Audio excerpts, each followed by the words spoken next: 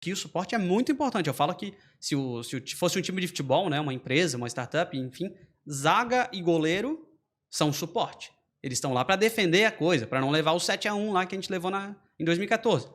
Customer Success é o meio-campo criativo, camisa 10, o fazedor de gol, vai ajudar em longo prazo com o cliente, vai ser mais estratégico, né? Os dois têm uma importância muito grande. Antes a gente só tinha o zagueiro e a defesa. Agora a gente vem para vamos atacar também, vamos fazer uma coisa legal para o cliente. Então, comparando, o suporte, o CS, o pós-venda, antes ele é muito mais parecido com alguém no Angelone, que está com um profissional que está com aquela camisa. Posso ajudar? Sim. Se ele não vai até você, na Renner, no Angelone, não vão até você, só se você for até eles. Eles são reativos. E beleza, é a característica. Customer Success está muito mais para um personal trainer. É isso aí, pessoal. Estamos começando mais um episódio do Jogando. Para a plateia, Jimmy, eu não vou carregar o microfone dessa vez. Exatamente. Não vai brincar de como é que é o Arthur que tira a espada do rei Arthur? Não sei essa parte. Ah, essa referência... Que tira a espada da pedra? Não, eu sei, mas... Não foi bem essa experiência. Não foi bem essa experiência. Não. Jimmy, quem é o convidado especial de hoje? Hoje nós estamos recebendo um convidado que já estava aqui no nosso radar, no entorno do Jogando pra Plateia há bastante tempo. Talvez fosse para ser um episódio 100 e pouco, mas vai ser um episódio 300 e pouco por um bom motivo. Botar ele né? no 100, não? Vamos fazer episódio 100, exato. A gente está recebendo aqui o Louis von Holleben, ele é especialista em Customer Success e, enfim, domina tudo sobre esse assunto. Sucesso do cliente. Exatamente, sucesso do cliente, como você, enquanto empresa, faz o teu cliente ser bem-sucedido naquilo que tu tá se propondo a entregar para ele, mas ele com certeza vai explicar muito melhor sobre tudo isso. Luiz, obrigado pela presença. Boa, gente, prazerzão estar aqui. Realmente, como o Jimmy falou, né? Há um tempo eu gostaria de estar aqui. Acho que o timing foi perfeito e já ouvi muitos podcasts, já ouvi muitos episódios. Nossa! Especialmente Spotify, né? No bastante. Spotify, E YouTube um pouco menos, mas vou começar a ver mais. Tem imagem. Mas, cara, é animal. Muita gente conhecida passou por aqui. Galera da ilha, né, velho? Sim. Como é que consome Spotify? Academia, cara, no carro? Exatamente. Eu caminho muito, sou um cara que anda a pé bastante pelo centro, então tô pra lá e pra cá. Cowork em casa, almoço, academia, corrida.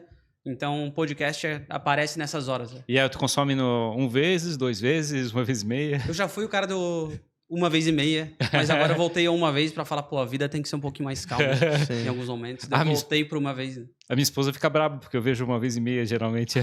Ela fica assim, tu é louco? Ferrari escuta em 3 vezes, tu vai ver ele tá vindo tá ouvindo podcast. Mas eu voltei pra 1 vez, cara. Acho que, putz, senão... né? Mas cara, é engraçado, realmente, se tu pensar bem, se tu acelerar demais, parece que teu cérebro começa a desligar, né? Tu começa a já não perceber mais como é que é o suco não sai mais, né? Fica só bagaço, parece. Sim, exatamente. Fica muito rápido até para tirar insights, de repente, assim, etc. Podcast eu tenho uma dificuldade maior de anotar. Se eu tô correndo e etc, eu tô com um podcast, puta, que ideia boa, que massa. Tem que anotar algum bloco de notas, etc. Talvez o AI nos ajude a resumir alguns episódios aí futuramente. AI? A inteligência artificial. AI. Né? Tu gosta de referência em inglês, não? A gente tem que viver isso porque startups, velho, elas são completamente... Tem que acertar o mindset do... Exatamente. Tem que ser tudo isso. A gente inicia, enfim, o mundo startupeiro, de venture capital e tal, o capital de risco, ele inicia lá nos Estados Unidos. Então a gente é preso a isso, velho, de uma maneira que não dá pra fugir. A gente falou engraçado, cara. Customer Success, né? Yeah. Eu tava conversando com uns amigos essa semana e aí eu falei que é muito louco, porque quem tá muito nesse meio... Se tu for ouvir uma conversa de fora, é quase assim, metade das palavras são em inglês e metade em português. É doideira. É que é o pessoal da Faria Lima, que eles falam Os direto. Faria Limers. Faria Limers falam direto. Exatamente. Mas não tem como fugir. Esses dias fizeram uma pergunta no Instagram ali de CS que eu tenho, sobre essa questão do, putz, como é que eu me preparo para uma carreira internacional e etc. Eu falei, pô, a primeira coisa é inglês, velho. Os americanos, ao contrário do que a gente pensa de primeira, eles não ligam para sotaque tanto. Então, puta, o cara tem um sotaque indiano, o cara tem um sotaque mais abrasileirado, mais latino, que seja, sabe? Não é uma coisa que eles ligam tanto quanto a gente imagina. A gente não tem que ter aquele sotaque que a gente vê em seriado e filme de nativos americanos. Não tem que ser isso. Eu fui no congresso uma vez nos Estados Unidos, eu participei e eu vi várias palestras de indianos. Eu falei assim, eu não tenho mais vergonha de falar inglês. Claro, exato. E não tem que ter mesmo, né? Tem que se jogar e a gente tá aí pra isso, né? Enfim, a gente quer conhecer a tua história, né? Tu falou que viu muito a galera da ilha, tu é daqui de Floripa? Cara, essa é uma pergunta muito boa. Eu sou um gaúcho fake, velho. Gaúcho fake. Porque meu avô era militar, hoje tá na reserva há muitos anos, se mudava de cidade em cidade e simplesmente eu peguei as últimas 3 cidades dele. Porto Alegre, onde eu nasci, por isso Gaúcho Fake. 1 ano depois, Brasília.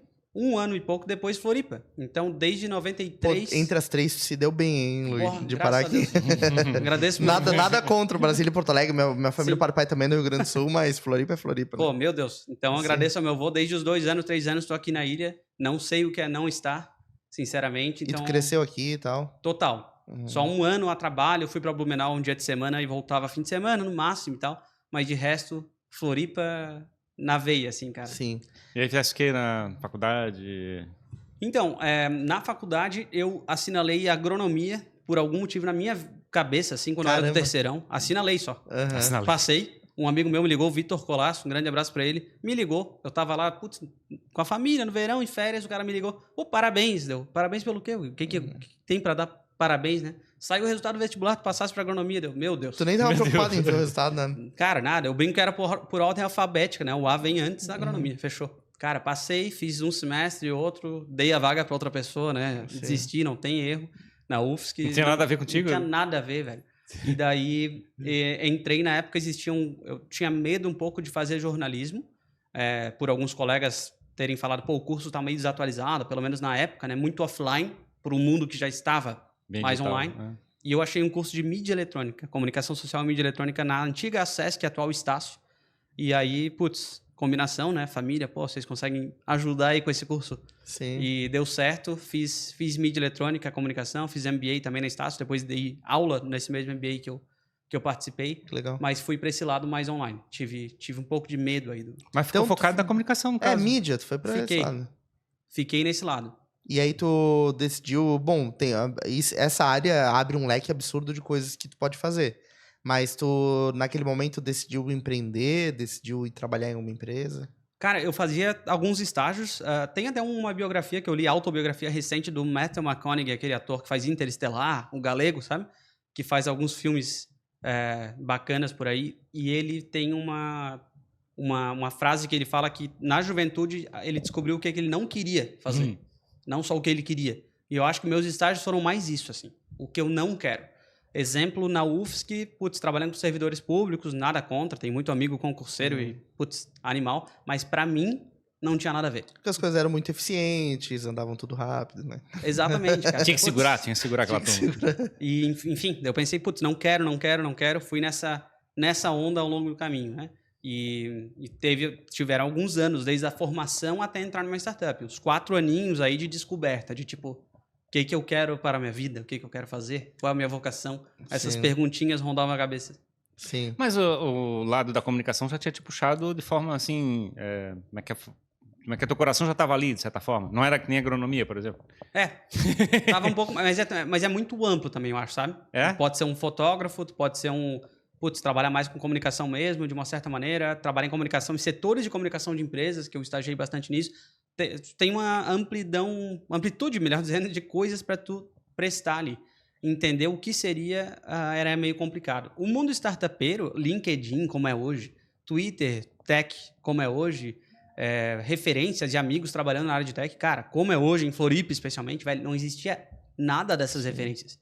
Eu lembro que o mural da UFSC ali era um lugar que tu via estágio, sabe? Um muralzinho da UFSC específico, porra, o que tá rolando e tal. Um papelzinho tu arranca aí. Exato, velho. Eram coisas desse tipo, assim, nossas informações. Hoje em dia o cara tem a faca e o queijo, né? Para descobrir um estágio legal, para, enfim, conversar com mentores e mais pessoas. O mundo mudou muito nesse sentido, assim. Graças a Deus, né? Para os jovens de hoje, mas na época era tudo meio nebuloso. E aí tu saindo da faculdade, o que tu fez alguns estágios, que daí tu descobriu que tu não queria muito fazer, mas Sim. por onde foi caminhando a tua vida? Cara, na verdade, eu era um cara muito mais mesmo estando em comunicação, um cara muito mais de bastidores em geral, mais introvertido. Putz, pra dar palestra ou pra estar aqui, eu estaria 15 mil vezes mais nervoso. Velho, era um cara completamente assim, até pra apresentar trabalho de faculdade, velho. Uma dificuldade muito grande e tal. Fizesse uma faculdade de comunicação e tu sai, mas que é teoricamente não preparado para comunicar? Exatamente. Que não tinha uma coisa assim muito... Enfim, não se prepara tanto para isso. Uma matéria de rádio, por exemplo, foi uma, outra e tal. E a Gabriela, que veio falar aqui, Cabral, falou sobre Sim, finanças, etc. aham. A Gabi me falou em 2010, cara, eu vou te recomendar um negócio, você tem que fazer um retiro. Eu falei, Retiro. meu Deus do céu. Uhum. Retiro, velho. Não vou nem na missa, não faço nada disso. O que vai aprontar? Se chamava Emaús, né? É um movimento de Floripa, tem mais de 10 mil pessoas já fizeram hoje. E em 2010 eu fiz isso e, putz, ao entrar, pô, tu toca violão? Toco. Ah, vem tocar na missa com a gente? Tá. Beleza, toco só uns Legião Urbana, mais ou menos, né? E fui tocando lá. Não, tu vai cantar o salmo hoje? Tu vai dar uma palestra hoje? Esse voluntariado lá, dentro do movimento de Emaús, me fez ir pro palco. Sim. Me fez ter a plateia, né? Fui jogar para a plateia ali. E aí que eu comecei, tipo, putz, comunicar um pouco melhor, palestrar, fazia as coisas mais tranquilamente, resumia as coisas melhores na cabeça, comecei a ler mais, entender mais, conectar os pontos, que nem o Steve Jobs falava, né? De uma maneira. Então, isso acho que foi uma virada gigante, né? Até a gurizada pergunta, pô, trabalho voluntário, vale a pena? Vale. Tu vai assumir coisas com pessoas voluntárias do lado, sem receber um centavo, sabe? Independente de religião, ou o que tu escolher, projeto social, o que seja, mas tu aprende muito, cara. Então, acho que foi uma virada enorme, assim, comparado... Eu não sei se eu estaria aqui sentado nessa bancada. Foi isso se que não te fosse tornou isso. comunicador, que te jogou pro mundo, assim, né? Eu acho que sim. Porque tu entende que na tua formação ali, tu se via muito mais como um cara de bastidor, de mídia, assim? Eu não sei. Durante a faculdade, eu não sei, assim, qual o caminho eu queria traçar, não existia isso muito claro. Agência, eu ficava com um pouco de medo, assim, em geral, né? Mas Eu estagiei em agência. Será que a causa gente- traumas, é. né? Causa agência, causa Será que a traumas. gente... Quando a gente não sabe o caminho, a gente deveria dizer sim o tempo todo, em vez de ficar dizendo não? Acho que no começo tem o livro do Tim Ferriss, que eu gosto muito, Ferramentas de Titãs. Uhum. Já lesse? Sim, sim. É Pô. sensacional. Era a minha leitura de almoço com o Dudu, quando a gente Massa. almoçava mais vezes por semana, a gente trocava uma ideia sobre ele. É um livro do Ferrari, inclusive. Que massa, cara. Eu acho fantástico. Ele é, físico. Sim. Você não se apavora. Ele é muito grosso ali, como um livro físico. Mas no Kindle tudo se dá um jeito, né? E também tu pode ir lendo ele aleatório, né? Exatamente. Eu tô até relendo agora e tal, pra pegar melhores passagens. Mas tem um cara que, um músico, que depois virou um músico folk, eu não lembro o nome dele, que ele fala, no começo, me chamaram pra tocar numa exposição de porcos. E passar tocando violão pela exposição corredor a corredor.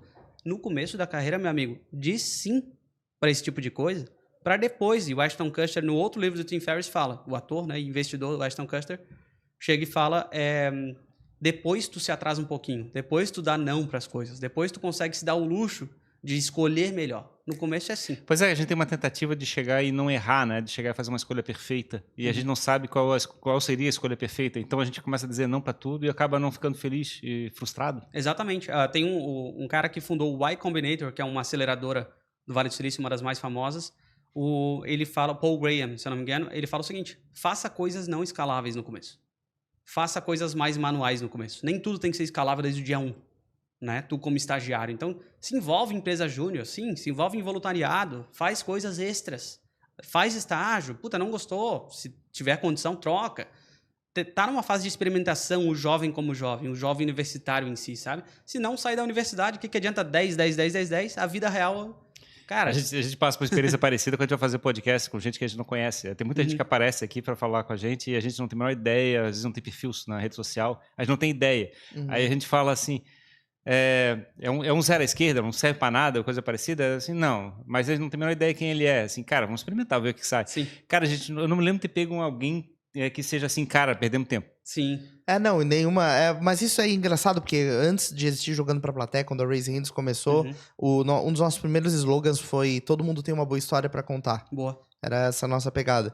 E isso se comprovou, né? Depois de tanto conteúdo, e a gente teve outros podcasts também, a gente seguramente já gravou mais de 600, 400, uns 600 episódios de podcast, que a gente teve vários episódios em outros formatos, e nenhum deles foi perdido, assim, sabe? Foi, não deveria ter sentado pra conversar com essa pessoa. Boa. Então, isso se comprova, né? Todo mundo tem uma natureza pra... Ainda não teve uma oportunidade pra se arrepender, então. Não.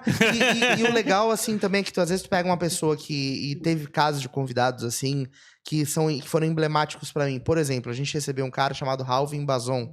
Ele é fundador da Só Prata, que é uma loja muito conhecida aqui em Floripa, Sim, de que prata, né? História, cara, inacreditável. Não, e o cara, assim, não tem uma rede social, não tem visibilidade pública, ele é uma pessoa fora do mundo online. Sim. Originalmente a gente vai pensar assim, uma cara que tem uma loja que vende bijuterias de prata. Bijuterias não, né? Joias Joias de prata. Joias de prata. E aí tu fica pensando assim, qual é a história que o cara tem pra contar, né? Tipo Cara, assim... o episódio dele é absurdo, assim, é um roteiro de filme a vida dele. Assim, Sim. é muito bom o papo.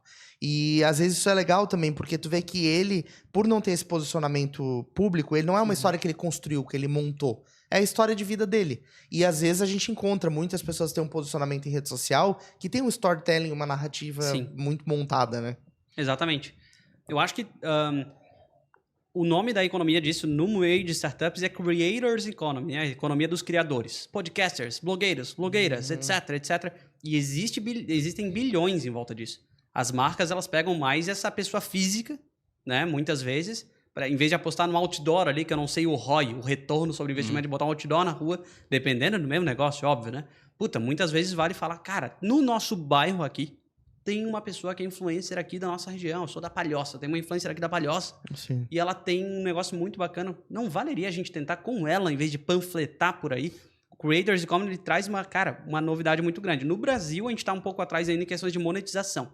Um creator, um podcaster, seja lá o que ele for, como é que ele monetiza dessa maneira? Algumas startups estão surgindo para fazer um marketplace. Unir essas empresas que sabem que tem retorno, trazer um creator desse, com os creators em si.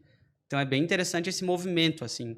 O Lucas Abreu, que é um conhecido ali da Astela Investimentos, fez um estudo inteiro em como é que a gente está no Brasil agora. A gente não tem esse lado criativo, não é considerado de alto valor ainda no Brasil. A gente não tem essa tradição, né? Tipo, de chegar e construir narrativas, ficar envolvidos. A gente é muito racional. Sim. A gente tem um enfoque racional demais, assim, né? De chegar, Sabe fazer branding, né?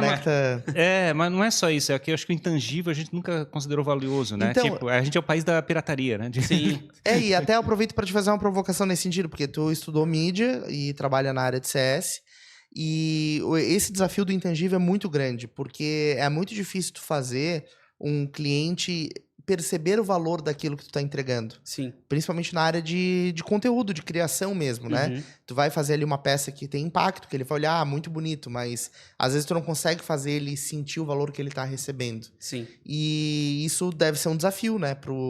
Pra uma área de CS, por exemplo, lidar. Como é que tu vai fazer o cliente... Porque é diferente de estar vendendo um copo, né? Sim. Tá aqui o copo, eu te entreguei, tchau. O serviço é diferente. Acho que muda muito. CS, na verdade, ele inicia quando... hoje temos serviços em nuvem, né? Vocês lembram de como é que era a época? Exemplo bem besta do meu dia a dia. Meu vô chega no Shopping Beira-Mar e comprando um CD-ROM de antivírus. Lembra disso? Norton. Era Norton, velho. Eu não sabia que alguém mais lembrava do Norton antivírus comprava esse cara. E ficava aquela notificação, faltam 3 meses para você. Renovar Ou renova, ou você vai ser tomado pelo vírus. Tinha todo esse medo, essa coisa, né? Photoshop, na própria faculdade.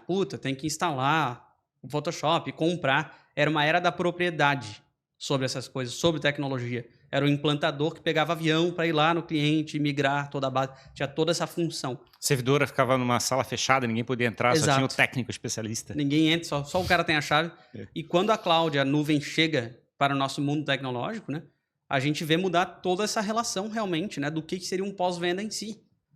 Pelo ticket ser mais barato, né? A gente paga Spotify 30 por mês ou menos para ter acesso e não propriedade a todas as músicas, ou maior parte das músicas gravadas do mundo, velho. É uma loucura. Isso há tempos atrás. Isso era mais barato que um CD, eu acho. Sim, um CD. Sim, exato. Então, muda tudo, né? E CS, ele vem exatamente nessa questão de gerar valor, que você citou. Alguns cases no Vale do Silício, anos 90, começo dos anos 2000. Mas a Salesforce, a empresa de software, né, de CRM e tal, que até uma nuvenzinha atrás da logo, porque tá habilitada pela cloud, né? Uma das primeiros grandes cases. Os caras estavam tendo taxa de cancelamento de clientes de mais ou menos 8% ao mês em 2005. Aí o povo tava lá, os vendedores com champanhe, chopp, as crianças no pula-pula, aquela festa de fim de ano na Salesforce fantástica. Até um cara chamado Doutor Destino, que eles apelidaram depois, falou: parabéns, vendas, pela meta batida, mas olha só a taxa de churn, a taxa de cancelamento, que a gente chama 8% ao mês. Com isso, em um ano e meio, estamos mortos. Ou a gente muda o pós-venda para Ou valer. seja, as vendas estavam enxugando gelo, porque tem que ficar botando gente pra dentro, fazer um ciclo que não para nunca. Na verdade, tem um processo de culpa, né? No caso, ele chama que a área de vendas diz que o problema é a área de desenvolvimento de produto que não sabe fazer direito. O meu trabalho de vender foi feito bem feito. Exato. Essa é a teoria, né?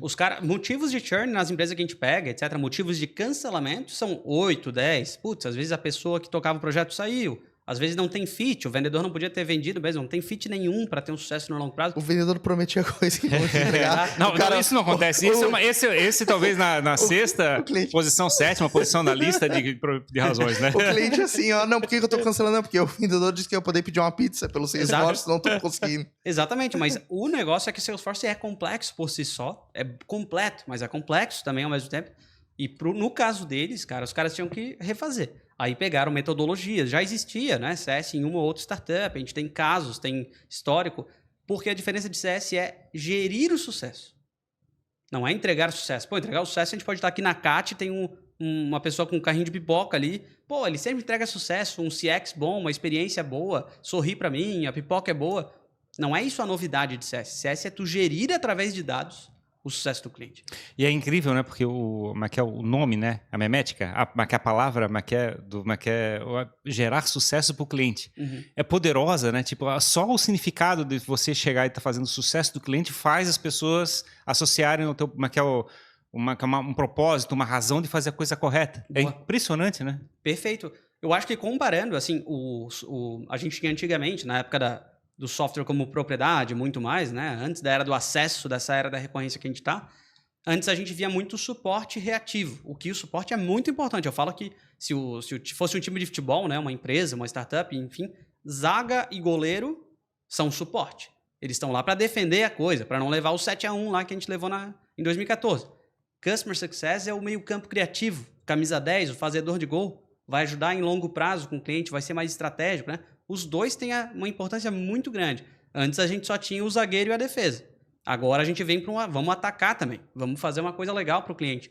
Então, comparando, o suporte, o CS, o pós-venda, antes ele é muito mais parecido com alguém no Angelone, que está com um profissional que está com aquela camisa. Posso ajudar? Sim. Se ele não vai até você, na Renner, no Angelone, não vão até você, só se você for até eles. Eles são reativos.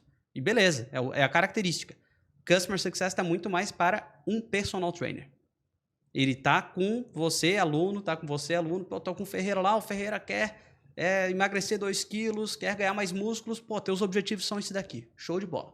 Você vai ganhar mais músculos aqui. Em 3 meses a gente vai fazer esse plano, essa tarefa para a coisa acontecer. Então, o Jimmy tá rindo bastante do exemplo. É porque na verdade é isso. O cliente que não consegue usar o negócio, ele não... E eu acho que a analogia do personal trainer é muito boa. Porque assim, o cara fica se matando na academia e não tem resultado. Sou eu, na academia há anos e sem resultado, como vocês podem ver na câmera. Eu tenho uma certa agonia com a terminologia de chamar que é uma atividade de pós-venda. Eu acho que é um pós-venda carregado de sentido negativo para chegar e falar que está relacionado com a parte de sucesso. Eu não sei se tu concorda comigo. Ele está, para não dificultar, porque às vezes a gente dá em CS, até depois a gente fala do livro de CS que está vindo, né, meu livro, eu acho que a gente dificulta às vezes as questões. Quando eu chego no workshop, etc., eu falo, sim, Customer Success para B2B, para empresas que atendem empresas, sim, ele fica no pós-venda.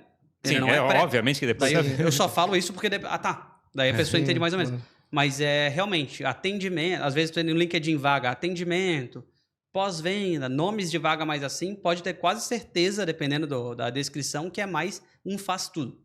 Você faz tudo aqui dentro.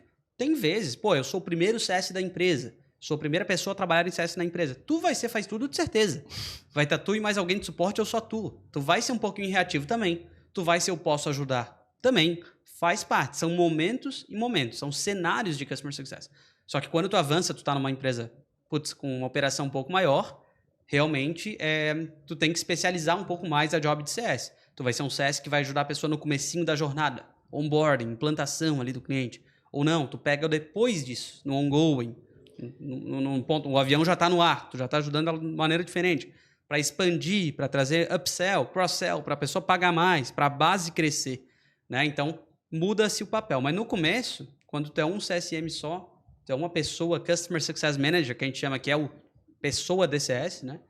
Mas é que eu fico pensando porque o pós-venda ele já tem uma carga, né? No sentido, tá falando do upsell e coisas assim, que são atividades que são consideradas comerciais, vamos dizer assim, porque está fazendo uma venda.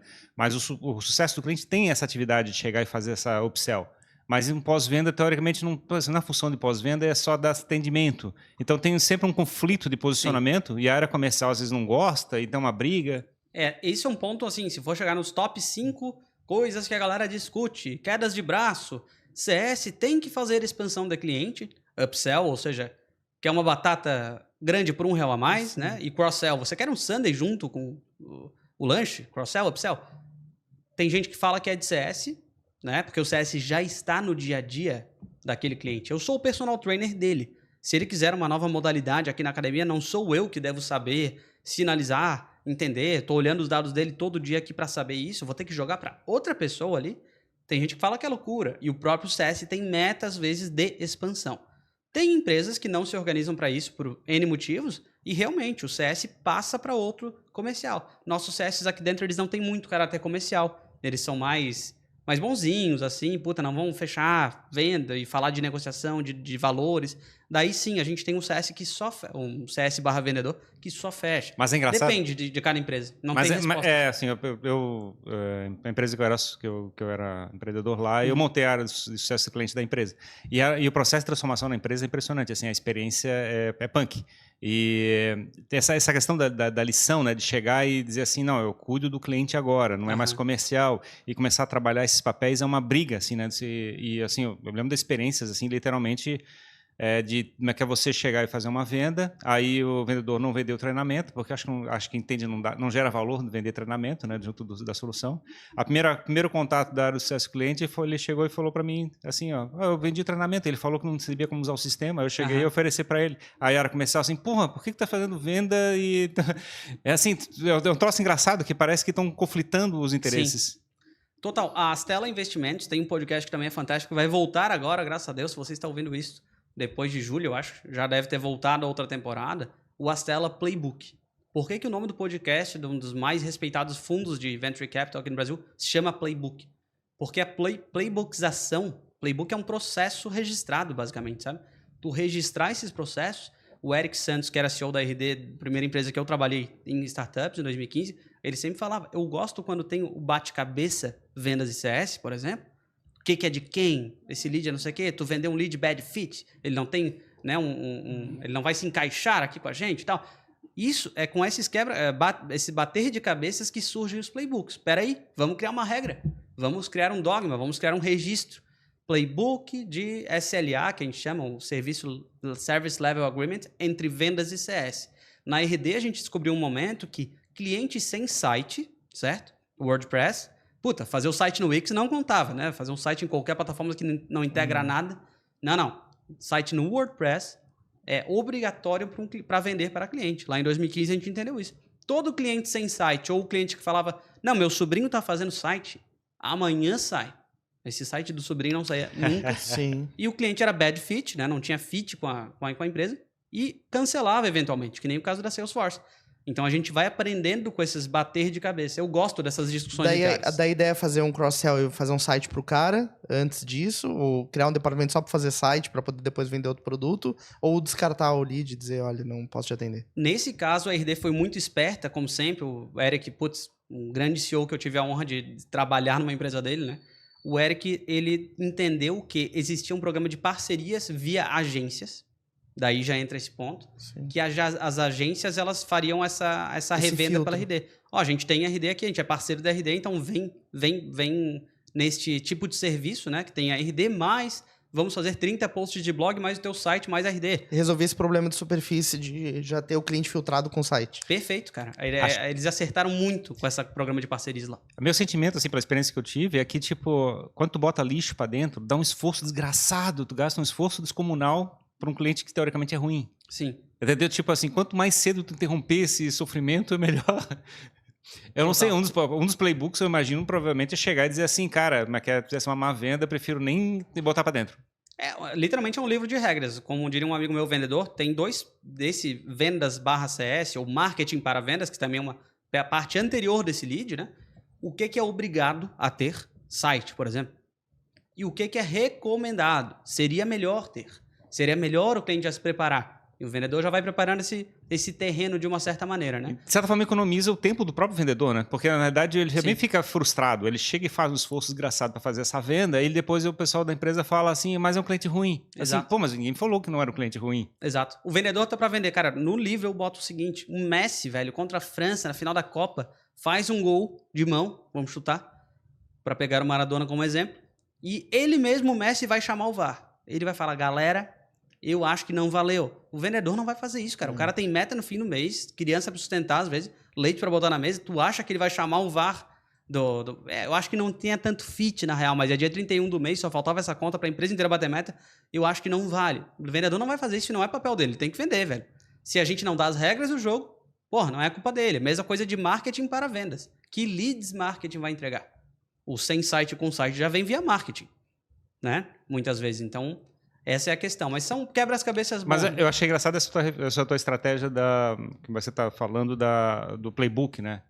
Porque, na realidade, ela fica sendo o seu instrumento de comunicação entre a empresa, né? Tipo, Boa. Ele não fica uma atividade do sucesso do cliente, fica uma atividade da empresa. Perfeito.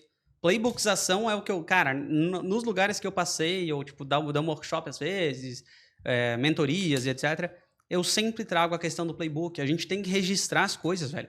A call, a reunião remota, que a gente chama muito de call, né? Nesse mundo inglês de CS. Sim.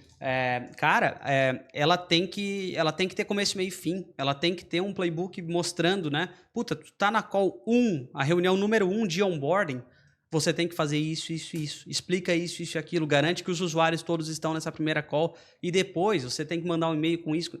Isso tudo tem que estar registrado. A gente tem que playbookizar, mas não é no freestyle, né? No estilo livre. Que nem chegar na academia pro personal. Pô, personal, eu vou mais no freestyle hoje. Eu vou correr, não vou correr esses 3 km que tu falou ali, para dar uma enxugada.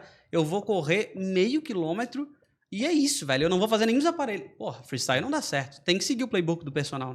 Eu acho engraçado. Tô abrindo um chocolate aqui, Fernando. Não, mentira, é o livro do Luiz aqui. Teu bis? Mas, Lu, eu achei legal, assim, tu falar, e eu acho que já que tu citou o Steve Jobs, vou citar também, ele tem aquela passagem lá de tentar encaixar uma peça redonda num buraco quadrado, né? E aí, a tua visão do CS é muito mais... É muito menos consertar as coisas e é muito mais escolher as coisas certas. Então, não adianta ficar tentando arredondar um cliente para ele encaixar no lugar lá ou aquadradar. É melhor já escolher o cliente que tem o formato mais correto para a tua operação, para o teu objetivo de empresa. Por isso que tu diz que o CS começa antes, talvez. Pode ser. Assim, o CS, ele sempre vai querer... O time de CS, se tu for bater na porta de uma empresa maior, uma operação maior com o CS... Eles vão falar, nós queremos o filé mignon. Eles só querem o lead tipo A. Sim. Eles só vão querer esses, né?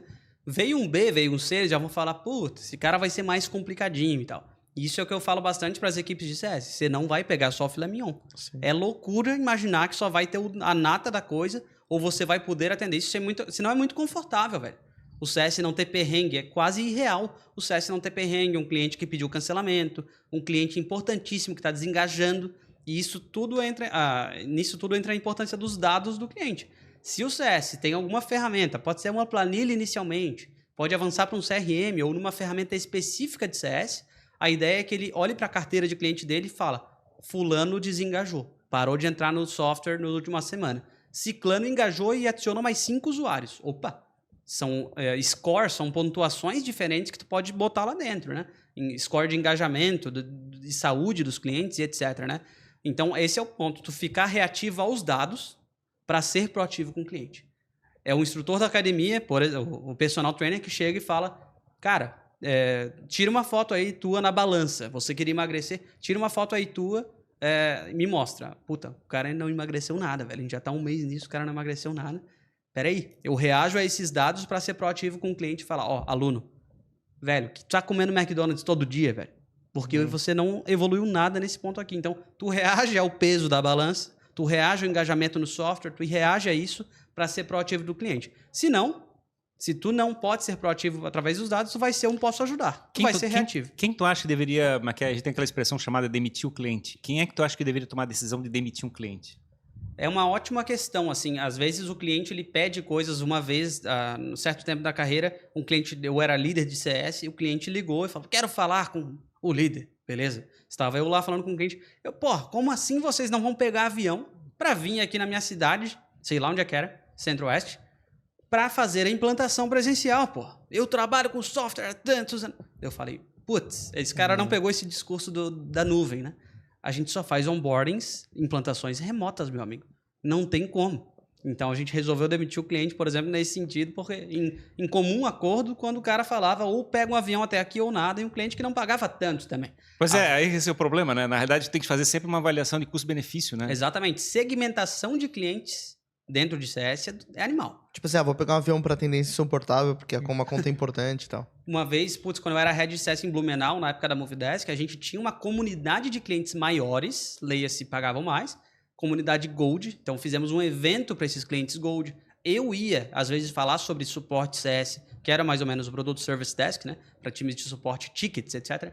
Eu ia visitar esse povo, viajei, mas era esse tipo de cliente. Tem um cara chamado Peter Fader, fez um livro bem legal, um cara de Harvard, se eu não me engano, fez um livro bem interessante sobre segmentação de cliente. Passa por tu entender quem é mais importante para ti ou não. Se eu posso perder tantos clientes da minha carteira, quais deles eu perderia? Normalmente a resposta é os peixes menores. Não, vou perder um cliente enorme, né? Dar a mesma atenção para os dois. Cara, tu não vai ter braço. Tem escolhas que tu tem que fazer. Eu tenho uma experiência que eu passei que é a impressão que todo cliente começa errado, termina errado. Assim, eu tinha uma percepção assim, eu não sei se tu passasse também por experiência parecida, mas a minha sensação é que os sinais de que um cliente vai dar problema sempre são aparentes. Boa. Podem ter sinais, percepções em si. Tem vezes que a coisa é de produto, o software está com instabilidade diária. O cliente está lá respondendo os tickets dele, cai o software.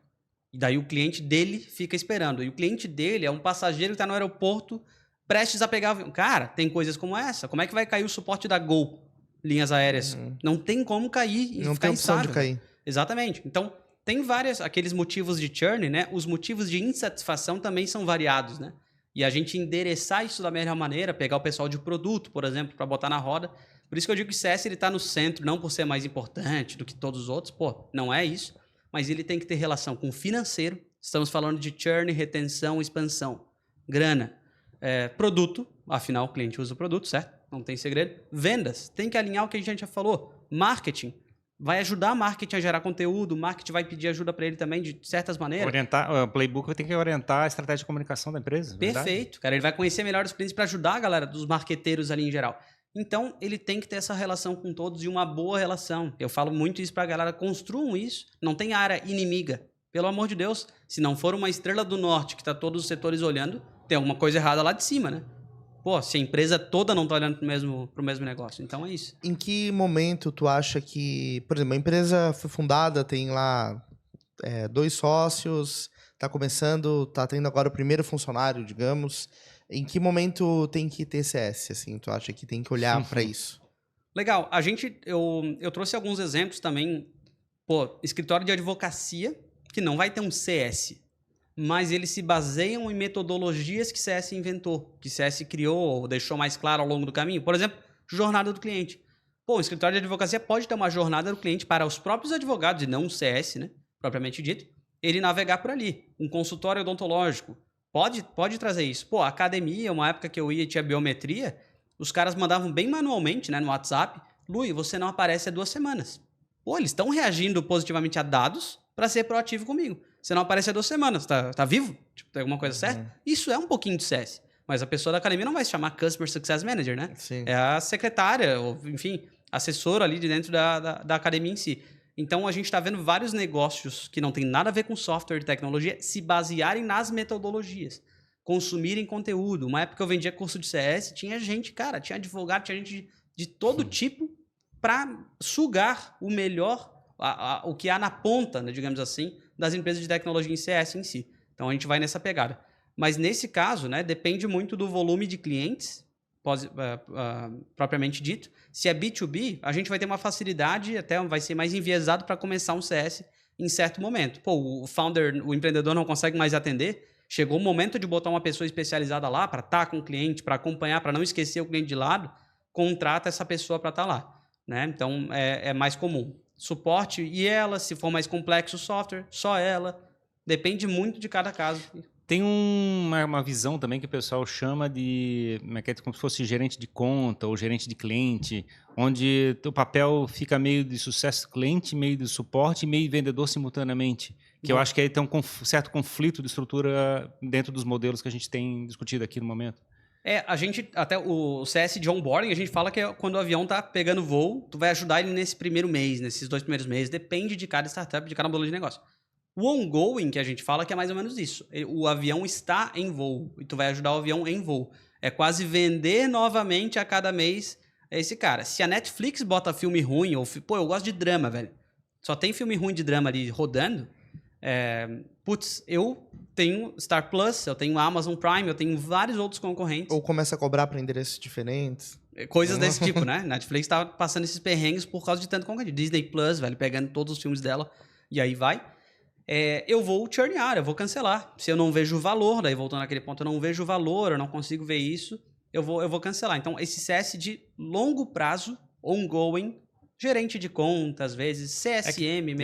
Eu sei de experiências de como é de gente que é, digamos, vendedor, que quer ficar com o cliente na mão pro resto da vida, de certa forma. Ele considera, digamos, eu fui comissionado e o meu relacionamento com ele é para sempre. Eu não quero que o área do sucesso do cliente, não quero que o suporte atenda, eu faço todo o atendimento. Entendi. É menos escalável, digamos assim, se tu quiser escalar, a gente fala muito essa palavrinha, né? Escalar uma startup, etc. Tu tem que otimizar alguns processos em si. Quem é engenheiro de produção, eu não sou, mas sabe, né? Pô, eu tenho que cortar, peraí, corta isso aqui é um gargalo. Tu vai ajeitando os playbooks para chegar numa versão legal da coisa, com certeza. Então, eu acho que faz sentido.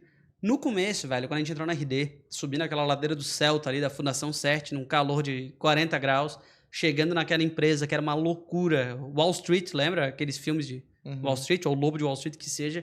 Aquela loucura de reunião. Gente fazendo reunião para todo lado. Eu cheguei de paraquedas dentro da RD.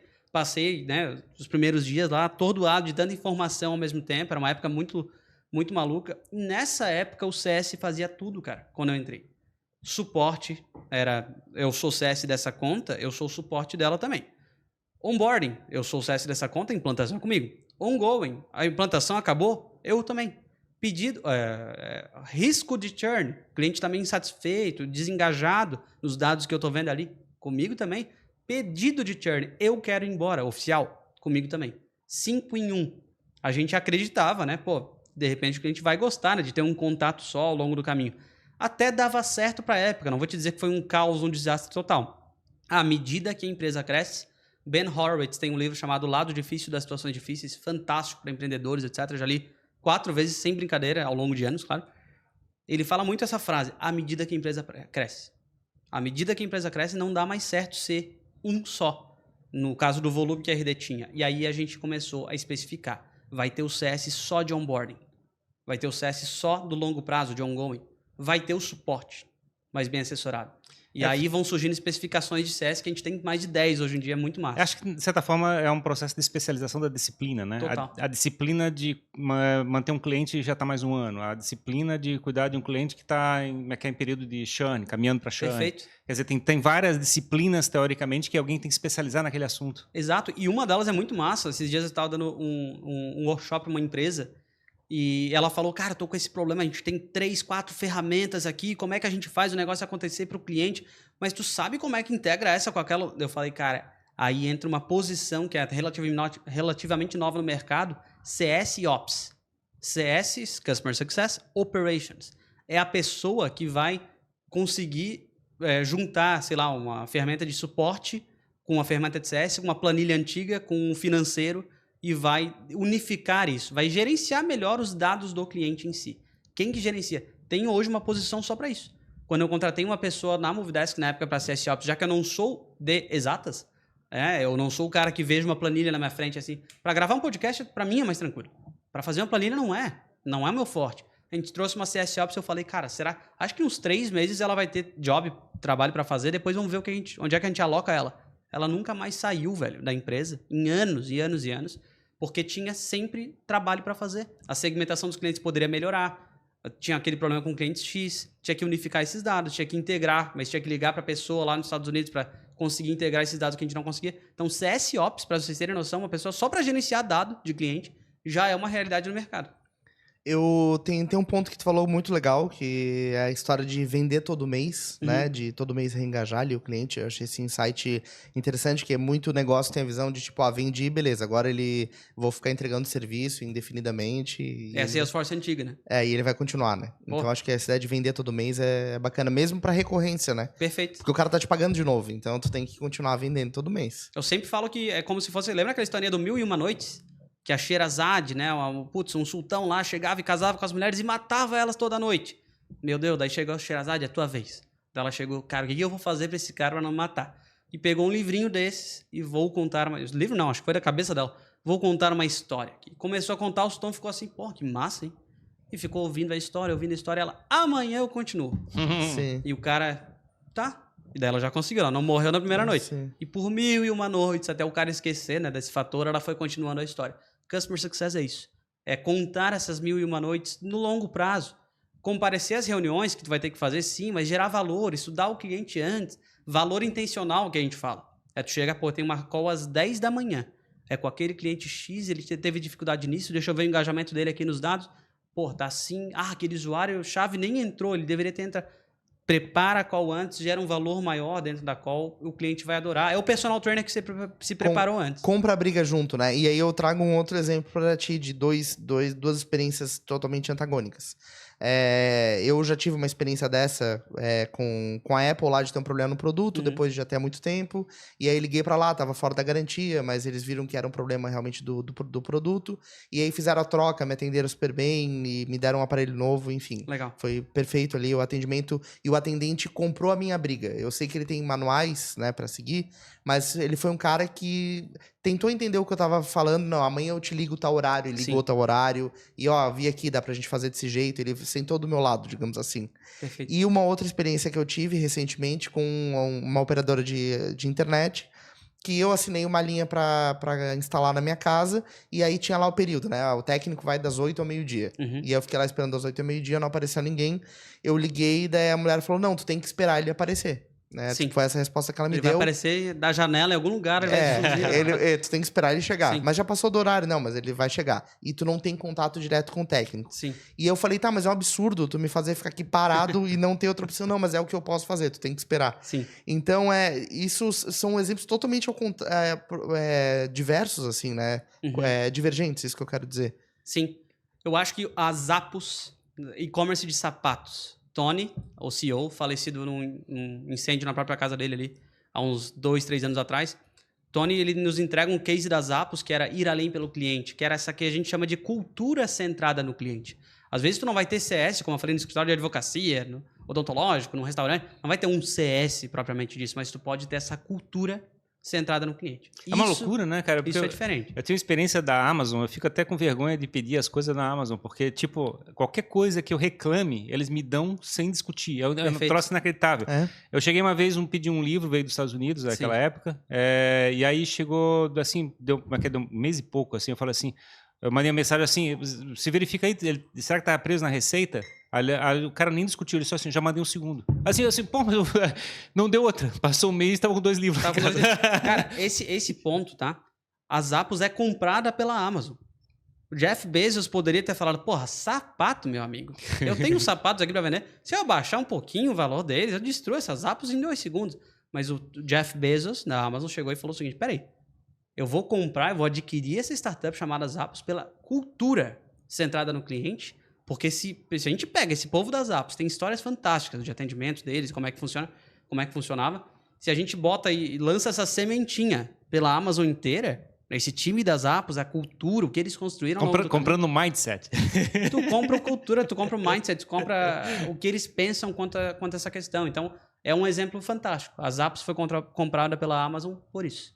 Mas é aquela história, né, cara? Será que algumas empresas brasileiras têm raiva do cliente? Porque eu lembro daquela frase assim, né, o cliente sempre tem razão, né? Tem essa frase clássica. E quando, na época que eu tinha agência, muitas vezes eu tinha raiva dos meus clientes, assim. Eu ficava puto porque... Eu não tinha razão.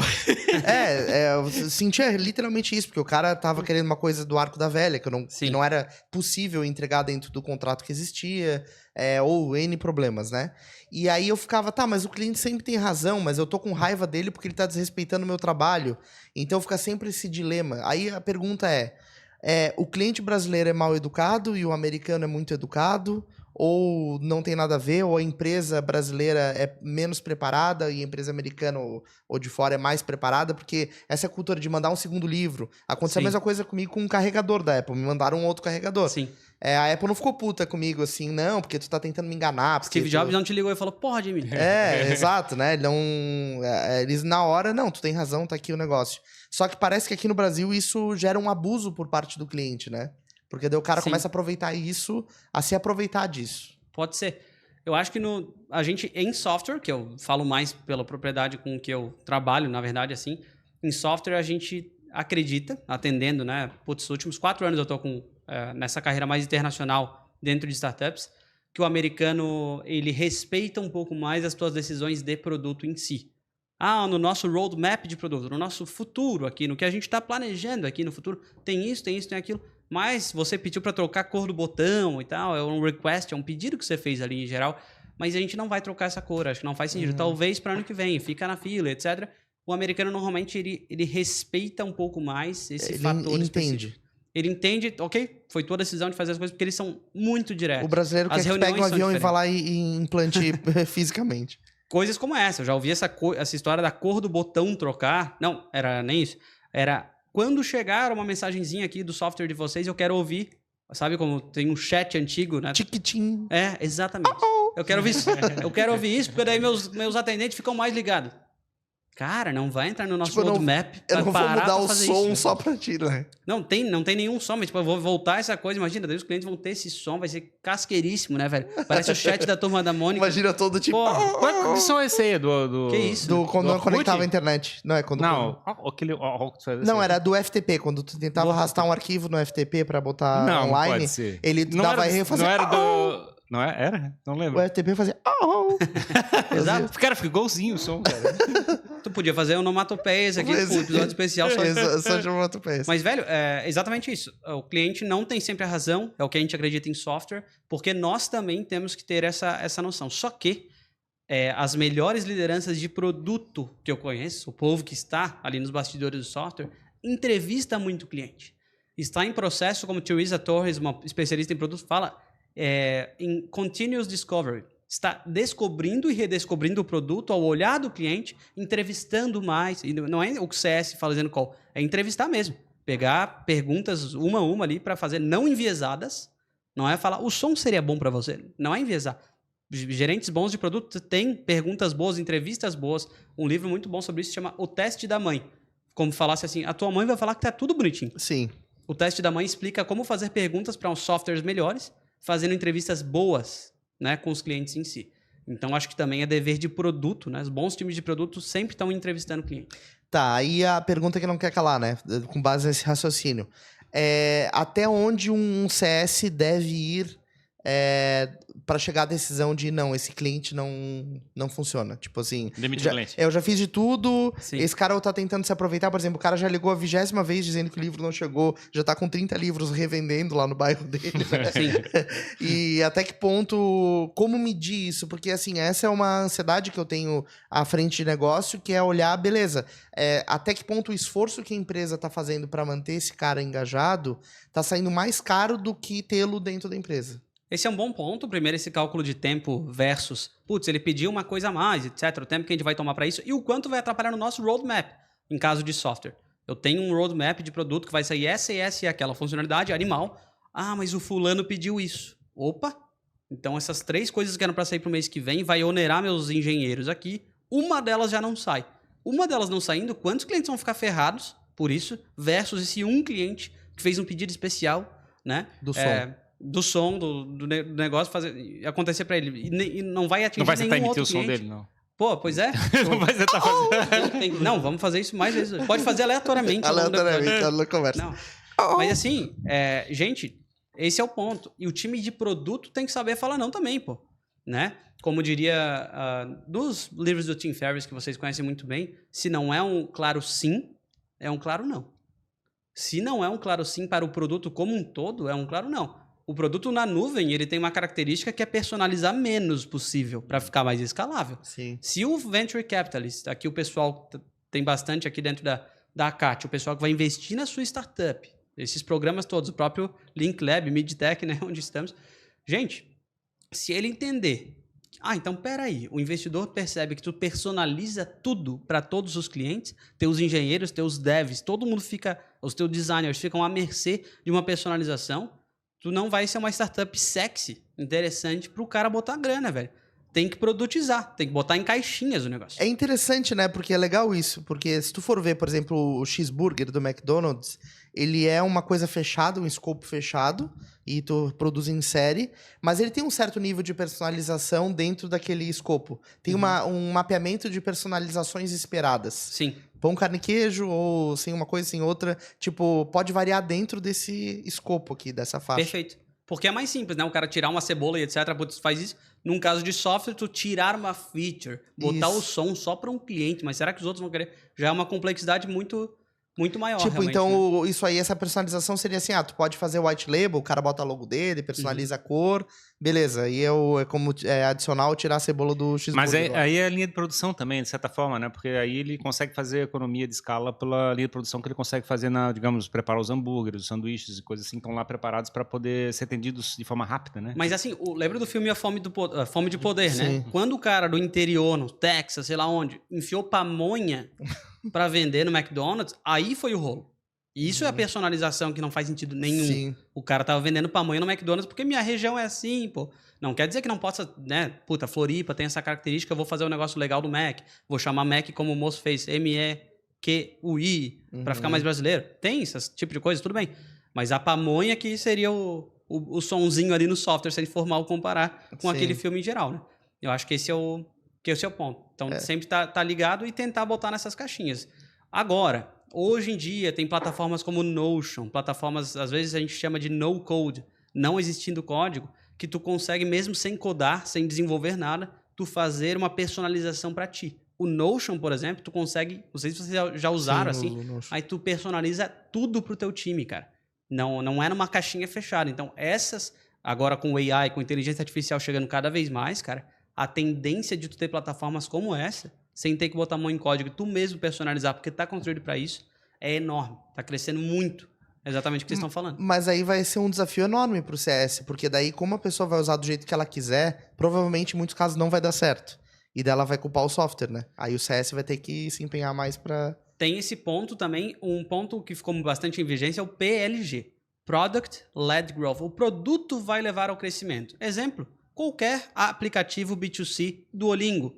Tu acha que o Duolingo tem um Customer Success? Você vai falar, pô, o Jimmy tá fazendo aula de alemão aqui, não sei o que mais, e tu não fez por uma semana. Tu acha que vai chegar um CS? Jimmy, eu sou o teu CS na Duolingo aqui. Cara, tu não fez alemão essa semana, velho. Tá tudo certo? Porra, tu não Eu vou aí te dar uma porrada agora. Exato. Sim. Não existe muito CS. Pô, para aplicativo, B2C não tem um CS com uma carteira de cliente. Tem CX. Sim. Que daí é outro episódio de programa aqui que eu tô sabendo que vai surgir. Tem CX, que são comunicações tech touch.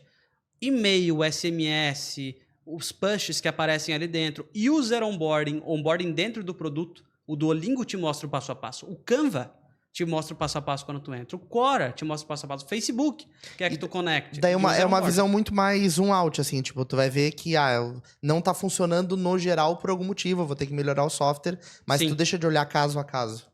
Não é um ser humano fazendo call com o cara, mas é tipo volumão. Volumão. É um caso a caso, só que tu usa um robô para fazer isso. Tu não faz pessoa a pessoa. Exemplo de métricas muito usadas por esse povo de B2C, aplicativo, etc. WOW, DAO e MAU. DAO, Daily Active Users. Users diários.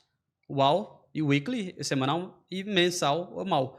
Tu olha isso de primeiro e vê quantos caras estão entrando em geral. É tu conseguir ver os dados com volume. E como é que tu faria isso? Então, existe essa questão do B2B e B2C muito em CS e CX. Em CX, né? Então, tem essa diferenciação legal aí pra... Legal. Conta o livro Isso que eu ia falar. Temos um livro aqui, o Dudu vai mostrar pra gente. Reuniões One-on-One com Louis von Hollebein. Viu? Certo? Cara, muito chique isso. Obrigado por Jimmy estar falando em alemão. Ó, A primeira top, vez. né? A segunda vez que eu ouço alguém falar. Normalmente a pessoa nem que Lui o quê? Isso aqui é a minha sina da vida. Não, baita legal Massa. aqui. Já tô animado pra ler. Eu adoro livro novo, Ferrari sabe disso. Legal. Mas na verdade, acho que. Desculpa, Fernando. Eu ia perguntar mas que é o one-on-one, é uma coisa que, pelo jeito, doeu na tua vida particular, assim, na situação do teu trabalho, coisa parecida, né? Mas, na verdade, foi até um ponto de... Me ajudou quando eu liderei. Me ajudou, eu gosto muito de ter essa proximidade, etc. E toda vez que eu liderei, eu gostava dessa reunião fixa, sei lá, semanal, 2 vezes por semana ou mensal, que seja, né? Mas fixa entre líder e liderado. Não é só, o one-on-one não é só líder e liderado, mas, enfim, no contexto que eu usei foi mais para isso. Pra gente falar, cara, feedbacks. Cara, tô achando que isso daqui não tá legal, esse ponto tu melhorou bastante. Tu dá feedback pra liderança também. A liderança recebe feedback. Tu parar pra isso, cara, é outro nível. É uma cultura, voltando a essa palavrinha, de feedbacks em si. Então, acho que nessa questão do livro, ele começou há muito tempo atrás. Eu tava na RD ainda, 2015, e falei pra um cara do blog, velho, que tava na cozinha. Lá na RD a gente comia, quem é da RD lembra, sanduíche com catupiry. Sabe aquele catupiry enorme que vende no atacadão, sei lá do quê? Botando aquele sanduíche, fazendo café. Essa época da RD startupeira era muito massa. E chegou um cara do blog que eu nunca via, porque tava em outro andar, no Celta lá. E eu falei pro cara, pô, como é que eu começo um blog, velho? Tipo, eu não tenho a mínima ideia. Tava chegando na RD naquela semana. Ah, isso, faz no WordPress. Tá. Segui o passo a passo, segui o Google também pra me ajudar, o YouTube. Fiz um blog em 2015. Scott Adams, que é aquele cara que fez aquela tirinha do Dilbert, vocês lembram? Que é tipo The Office em tirinhas. Sim. O Dilbert é aquele que tem um cachorro. Mas da gravata torta, que eu tenho uma gravatinha Exato. torta, assim. Da gravata torta. O Scott Adams fala que a mulher dele, quando ele criou um blog, ela ficava puta porque ele falava que o blog era como um sistema. Ele é até entrevistado pelo Tim Ferriss. Não, é um sistema e não uma meta. O blog eu vou escrever e vou melhorar na escrita e vamos ver no que vai dar daqui a um tempo. Não é que eu vou monetizar meu primeiro post de blog. Porra, daí eu criei o blog com essa cabeça de ser um sistema. Toda semana eu vou escrever alguma coisa. O blog tá lá, lui-blog.com, tem 350 posts ao longo desses anos agora. Os livros que eu leio, tá tudo lá e tal. Então, o começo do livro não foi vou escrever um livro da noite pro dia. Foi um blog que eu já tinha há anos. Então, é um sistema, né, que eu fui criando ao longo do caminho. Então, eu estava escrevendo um livro de Customer Success na época, chamado Estruturando Customer Success, vai sair daqui a um mês, sair em julho de 2023. Tava escrevendo antes desse aqui. Mas fala mais devagar. Como é que é o nome do livro? Estruturando Customer Success. Montando a estrutura do sucesso do cliente da nova empresa. Exatamente. Eu trouxe bastante testemunhal, essas histórias que a gente vive, os perrengues. Porra, o perrengue de montar uma jornada do cliente. Eu fui lá e trouxe, né, os perrengues e vários cases também. A Cat patrocinou o livro, então eu trouxe acesso a diversas startups desse nosso ecossistema para o povo falar os perrengues deles também. É um livro mais testemunhal, mais vida real, assim, sobre o sucesso do cliente. E aí, enquanto eu estava escrevendo o livro, e quando eu faço isso, né, de noite ou fim de semana, porque o meu trabalho, nunca deixei de ser CLT nas empresas que eu trabalhei. Hoje trabalho na Bird, um software de inteligência artificial para gerentes de produto. Cara, fazendo isso de noite, fim de semana, né? O tempo livre, estava escrevendo o livro. E aí eu falei, cara, esse lance de editora eu não sei o que fazer. Editora independente? Editora não independente? Qual é o custo? E eu resolvi pegar... eu tenho alguns artigos do meu blog antigos que eram sobre o one-on-one, que eram sobre essa reunião 1 a 1. Por que eu não junto esses artigos? Peço entrevista de 4, 5 pessoas por e-mail, pessoas de RH muito legais, a Ana Rezende da Stella, que também era da RD na época, enfim, trouxe pessoas legais. Escrevi um playbook, tem 70 páginas, 60, curtíssimo livro, de forma independente, só para sacar como é que era essa coisa. Daí no Natal, eu peguei uns dias de folga ali pela empresa, no Natal eu dei uma acelerada e lancei ele dentro de uma plataforma de livros independente. Foi um teste, realmente, um experimento, e o livro de CS é meu verdadeiro livro, minha verdadeira obra, etc.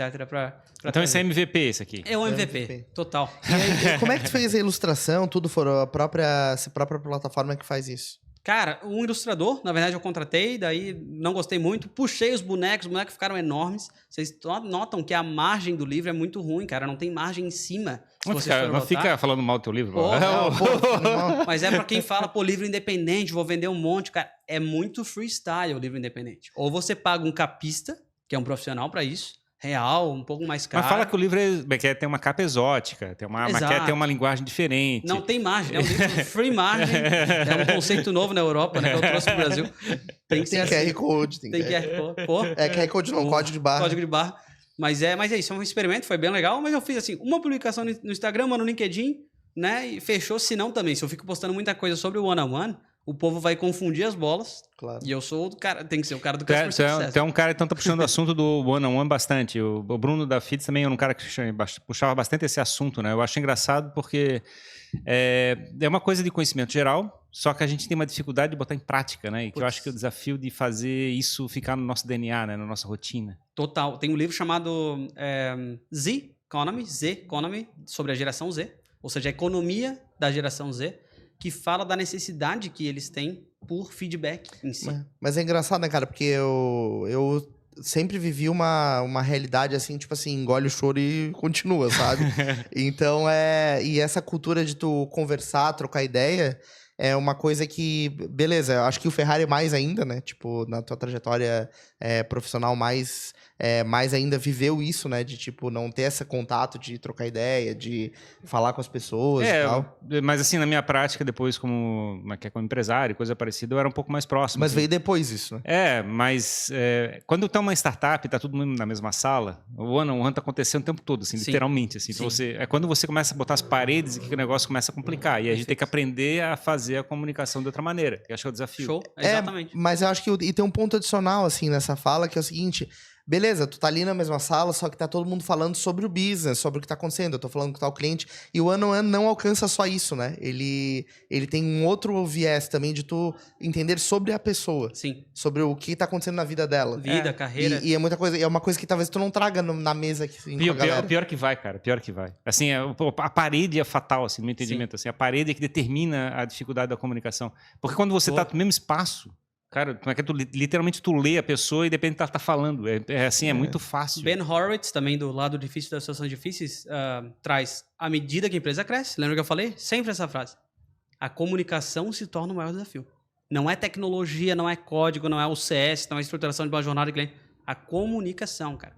Coisa de ter um monte de gente fazendo o mesmo projeto, coisa de não ter OKR, aqueles objetivos e key results, né, que muita startup bota. O objetivo é tal, e os resultados-chave, os key results, são esses e aqueles. Nosso amigo Andy Grove, lá da Intel, fala isso há muitos anos. OKRs, deu uma estrela do norte, a empresa inteira está trabalhando para aquilo. Então, comunicação nesses níveis, daí entra os playbooks de novo. Quase tudo que a gente falou até agora, né? Eles entram para trazer isso. E o one-on-one é uma oportunidade, especialmente, né? Quando ela vai crescendo, tu tem essa distância maior. Tu tem que marcar one-on-ones mais fixos em si. Mas eu concordo que até ter a parede... Até essa divisão é mais tranquilo. Minha esposa tem uma loja com os pais dela há muito tempo, na Palhoça, etc., de conceito de eletrodoméstico. Eles não vão fazer um one-on-one, cara. Tem 3 funcionários, mas eles é um business que eles não querem contratar um monte, crescer para várias filiais. Eles vivem naquele ponto, com as empresas que eles têm de clientes. E eu perguntei para ela, tipo, se é para testar. E quando eu estava fazendo o livro, vocês já pensaram em fazer one-on-one?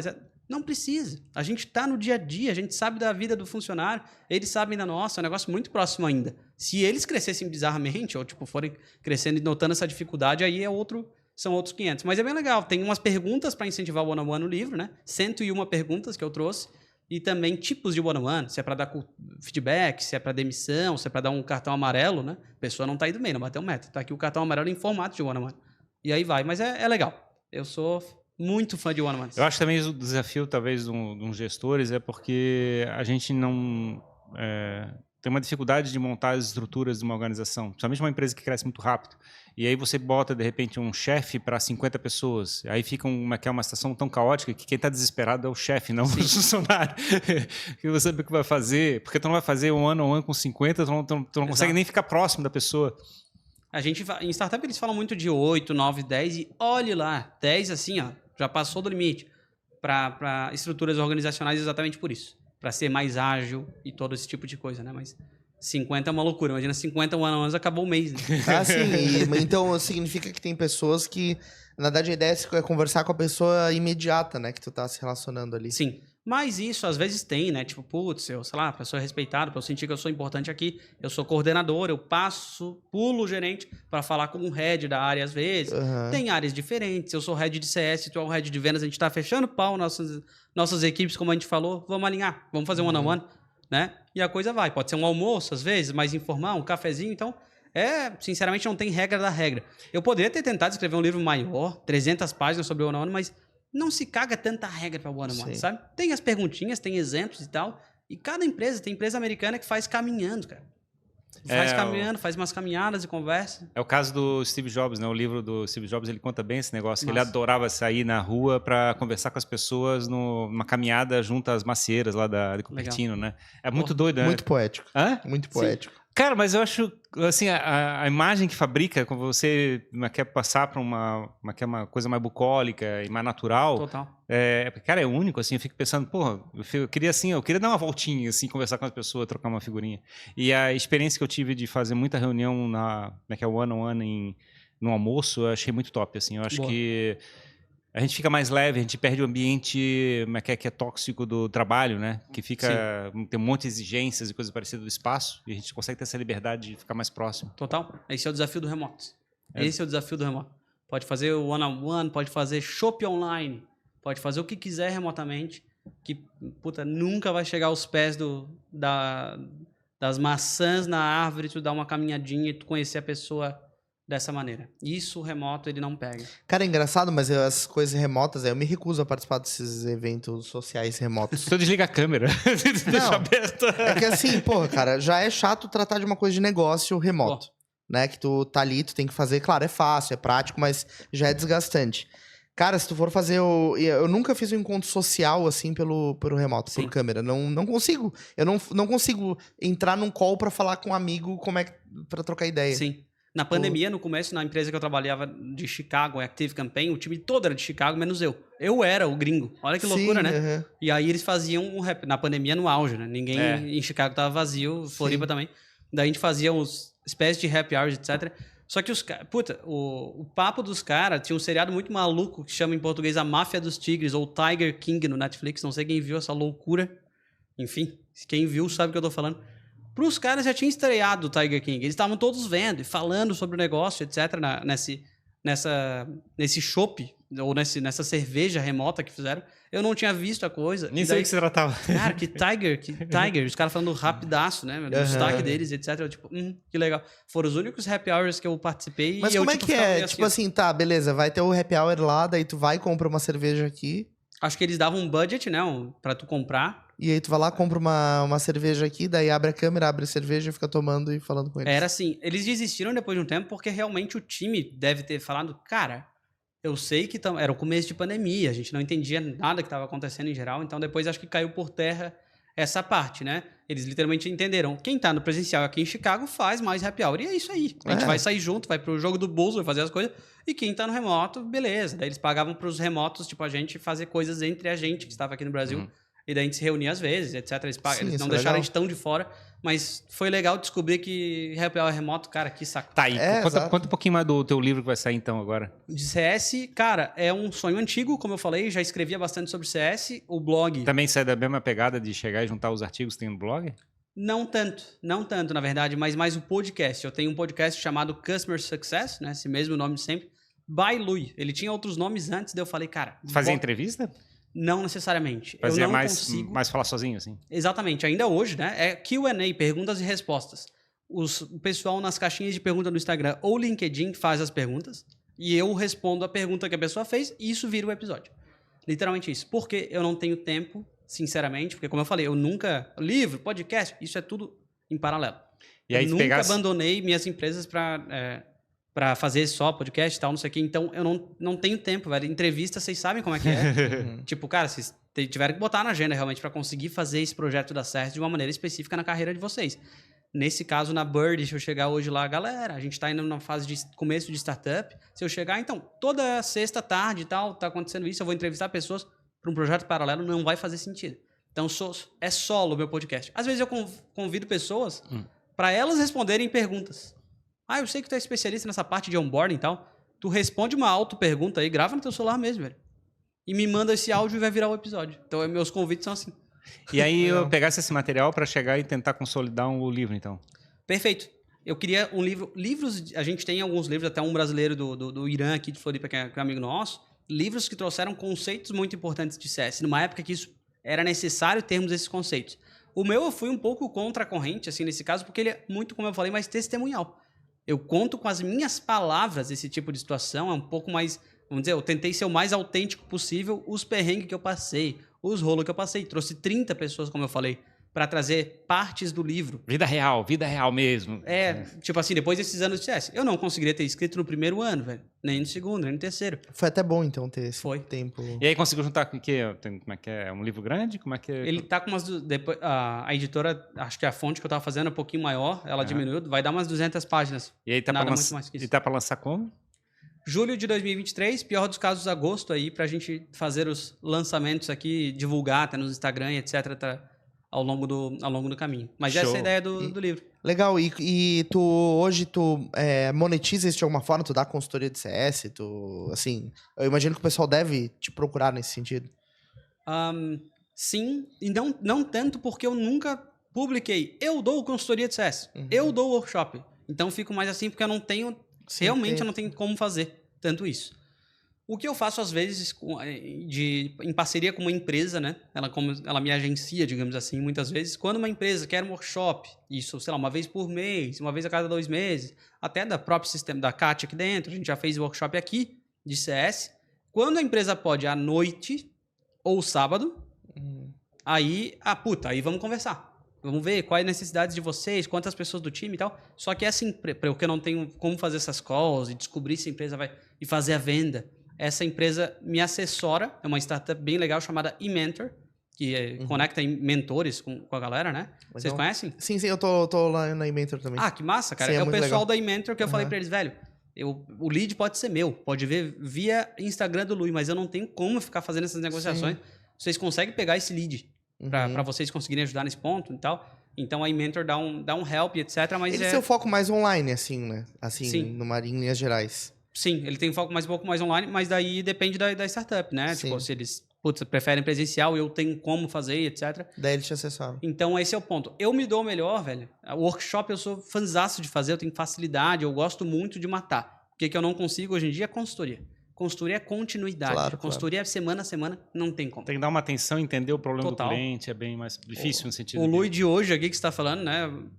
Dentro da Bird ali, hoje em dia, não tem condição mínima de consultoria. O workshop tu mata numa noite, tu deixa a bola quicando, tu provoca muito e o povo vai avançando em Customer Success a partir do que a gente conversou. Como é que tu entende, digamos, passada a história da Resultados Digitais, como é que tu vê como é que a cidade, as empresas da região e coisa parecida crescendo na disciplina de sucesso do cliente? Tu considera que a gente está consolidado nesse conceito? As empresas já têm esse DNA de partida?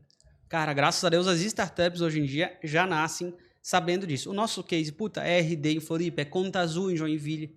Nossos cases catarinenses aqui, velho, tem muito case para se basear. E o legal de ter esses tipos de podcast, tanto de vocês, quanto o podcast de Venture Capital, de startups em si, seja lá o que for, é que tu consegue ouvir essas histórias em si. Tu se inspira nesses empreendedores que já passaram por isso. Então, muitos deles vão falar, né? Chegou o momento, principalmente depois da rodada seed lá, daquele momento, que tivemos que estruturar o pós-venda, velho. Ficar só com o suporte do posso ajudar, não dava. A gente teve que estruturar uma coisa que a gente chamou de um time de CS, depois, de repente, CX ao mesmo tempo, ou depende do modelo de negócio. Então, a galera startupeira já nasce, graças a Deus, com isso. Isso é muito legal. Eu já vejo dos empresários que eu tenho contato e coisa parecida que isso é uma linguagem que já está na cabeça, né? Tipo, não é uma coisa que tem que ensinar, né? Eu acho que todo mundo já sabendo que se trata isso e que é necessário. Show de bola. Não tem uma, assim, nesses workshops, esses pedidos, ou até outros amigos que são consultores de CS, o pedido mais comum é: eu não quero ficar de fora da festa. Eu sei que tem metodologias para ajudar o nosso pós-venda mais a fundo, seja uma empresa grande, das antigas, mais tradicional, ou até uma startup, e eu não quero ficar de fora da festa. Me explica o que é isso, passo a passo dessa coisa e tal. Então é bem massa. Ainda é tudo mato em CS, mesmo 8, 9 anos depois no Brasil. Ainda estamos no mato ali. Tem 2 livros no Brasil ainda. Vai chegar um momento que vai ter 15. Eu até boto no fim do livro, eu provoco o povo, façam seus cases de CS. Eu quero que vocês provem que esse livro está errado daqui a alguns anos e façam o seu livro. Será que a gente vai ter ainda muito processo de só beber do exterior e não fazer um processo de aprendizado interno? Assim? Será que a gente vai continuar esse lado de não fabricar nosso próprio DNA da maneira de fazer os negócios? Eu acho que, a gente bebe bastante. Para quem gosta de tecnologia, né, o LinkedIn é o lugar errado para estar vendo o conteúdo. O Twitter bomba. Os grandes estão no Twitter. O povo tá no Twitter. As melhores coisas, as coisas sobre inteligência artificial que tá todo mundo falando, tá no Twitter antes. Os grandes estão no Twitter porque dar uma tweetada é muito mais fácil que fazer um post inteiro, um artigo no LinkedIn. Os grandes estão por lá. Então a gente acaba acompanhando, sim, as tendências em geral, né? Nesse sentido. Os caras são a vanguarda, as startups que mais bombam, elas vêm de lá normalmente. O Brasil está alcançando aos poucos, mas é tudo, é mais de lá. A origem é lá. Pois é, eu tenho uma sensação que a gente tem uma tentativa de buscar mentores lá fora, né? Tipo, a gente vê, falando do Tim Ferriss, falando do Paul, da Y Combinator, né? O Graham, né? Uhum. E a gente pega muita referência neles. A gente talvez fale pouco, talvez, do Eric Santos, pelo fato, Boa. independente de se ele estava envolvido ou não envolvido, mas ele foi responsável por ter acontecido aquele negócio. A gente talvez não tenha transformado essas pessoas tanto em heróis para a gente usar de referência. Ou não tenha percebido isso? Cara, total. Meu sonho, né? Até mandando um abraço para o nosso Rodrigo Lócio, que fica aqui na CAT também. Que o Lócio, que é um cara que eu nunca falei para ele este segredo, mas que exista algum projeto, velho, de alguma maneira, que essa galera se conecte para ter algum livro sobre essas histórias. Pega o cara da Conta Azul, pega o cara da RD, pega o cara da fulano, ciclano, pega o do Almirante de Santa Catarina e faz essas biografias, não sei se separadas, se várias historinhas como o Tim Ferriss fez e juntou de alguma certa maneira. A gente está fazendo isso. Aqui a gente tem 300 e poucas entrevistas aqui dentro, a gente tem até um wiki que a gente mantém as histórias de cada uma das pessoas que a gente conversa. Massa. Isso aí. É o nosso livro. Exato, Massa, exato, cara. exato. Cara, é animal. Já é muito conteúdo legal. Eu tenho um sonho. Se eu pudesse, ganhasse agora na Mega Sena, vamos dizer assim, o que você faria? Uma das coisas, com certeza, um livro que eu pudesse ouvir, as melhores entrevistas dessa pessoa X, desse empreendedor, juntasse com mais entrevistas e dúvidas que teria sobre ele e lançar mais isso. Porque essas biografias, livro, eu acho, podcast eu acho fantástico, acho que ele fica por muito tempo. YouTube, que vocês fazem, é animal. Mas quando vocês sugerirem com um livro de vocês, cara, pode ter certeza que o bisneto de vocês vai estar com aquele negócio na mão. E agora ele botou nossa frente, estamos ferrados agora. Vou ter que fazer Ficou o acontecer. desafio do livro. Isso. E já dá pra fazer, né?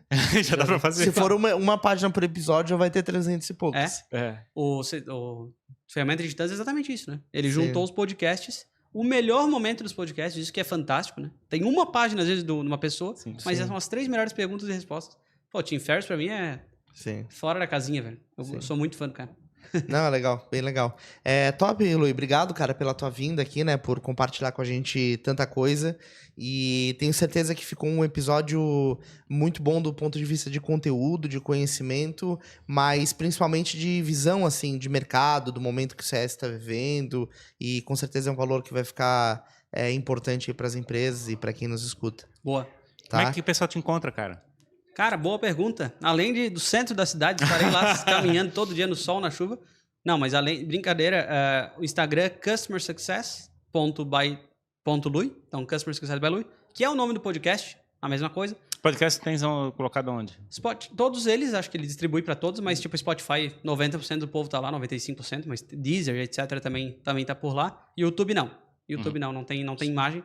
Mas, e no livro customersuccess.com.br, é o site que eu fiz pro livro, até tem fila de espera pra galera botar um nomezinho lá, se ele ainda não foi lançado, se já foi, você já vai achar, o link vai direto pra Amazon provavelmente, mas eu acho que é isso. E, cara, agradecendo vocês, não sei quantas pessoas falam isso aqui, mas o trabalho que vocês fazem, tá? Olhando aqui, a Ponte Ercílio Luz me inspirou pra falar isso, mas existe uma coisa na ilha que às vezes a gente não reconhece pessoas daqui, pessoas muito importantes que passam por coisas. Pô, eu tenho, como eu falei, ex-colegas que estiveram nessa cadeira, pessoas assim que tu acompanha faz anos, tu nem sabe como é que elas estão, o que elas estão fazendo, ou pessoas, cara, essa pessoa, porra, ela é CEO dessa empresa, que massa, eu nem sabia. Encontra essa pessoa às vezes na rua. Então, o que vocês fazem, velho, é fantástico. A ilha não pode perder, Santa Catarina, né, porque vocês chamam mais gente do que da ilha, mas ela não pode perder isso, assim. Então, vocês fazem um favor, sinceramente, para manter essa cultura ilhéu e trazendo esses personagens pra cá. Acho fantástico. Então, se ninguém falou isso pra vocês online, aqui ao vivo, estou falando. Obrigado por isso. Só, ganhamos um pitch agora, vamos fazer no Instagram. Muito obrigado, Eloy. Muito obrigado, cara. A gente fica muito feliz com esse reconhecimento, com essa fala, porque é um desafio, né, manter a coisa girando, e a gente gosta de manter um ritmo consistente, né, de conteúdo. A tua leitura do propósito do que a gente está fazendo é perfeita, assim, é exatamente isso que a gente tem buscado. A gente quer chegar e fabricar novas referências, exemplos para as pessoas. O desafio que a gente tem, na realidade, não é que as pessoas estão faltando inspiração, mas eu acho que as pessoas têm que chegar e buscar energia para fabricar coisas bacanas. Boa. E a entrega que a gente está querendo fazer é exatamente essa, de energia pura, de uma maneira de fazer o seguinte, vamos transformar esse mundo, fazer um mundo melhor, transformar as coisas em volta de você. É isso que a gente busca. Animal. E é entender que santo de casa faz milagre, né? Total. Acho que esse é o principal ponto, né? Então, obrigado mesmo e que bom que a gente tá provocando esse impacto e que a gente possa continuar fazendo isso. Essa é a ideia. Certo? E tu já tá fazendo parte dessa história agora. Show de bola. A partir de hoje. É isso aí, então. Muito obrigado. Obrigado a você que acompanha mais este episódio aqui no Jogando Pra Plateia. Deem uma olhada lá nos perfis do Lui, né? Sigam ele nas redes sociais aí pra ver as novidades que vão surgir. Os links dos canais vão estar aqui na descrição pra vocês seguirem ele e poderem trocar uma ideia. Quero agradecer aos nossos parceiros, né? O Davi Paz e Lima, nosso assessor oficial, ao Danco Música, Gastronomia e Drinks, ao Lid Santa Catarina e a doutora Rebeca Heinzen. Tem um podcast muito legal também chamado Pink Talks. Depois dá uma olhadinha lá no YouTube, Rebeca Heinzen. E pedir pra você, né, que você siga a gente no Instagram, se você ainda não faz isso, que você se inscreva no YouTube, porque se você ainda não estiver inscrito, eu vou dizer uma coisa pra você. Então... Eu tenho que voltar pro meu projeto de ser cancelado, cara. Nunca mais tentamos cancelar o Ferrari. A gente tá ali, né? Exato. Então cancelem o Ferrari, aí encontrem algum corte antigo, exponham na mídia, mandem pros veículos aí e vamos ver o que acontece. Deixa estourar, depois a gente vê. Certo, pessoal? Muito obrigado e até o próximo episódio do Jogando. Falou, gente. Obrigado. Tchau.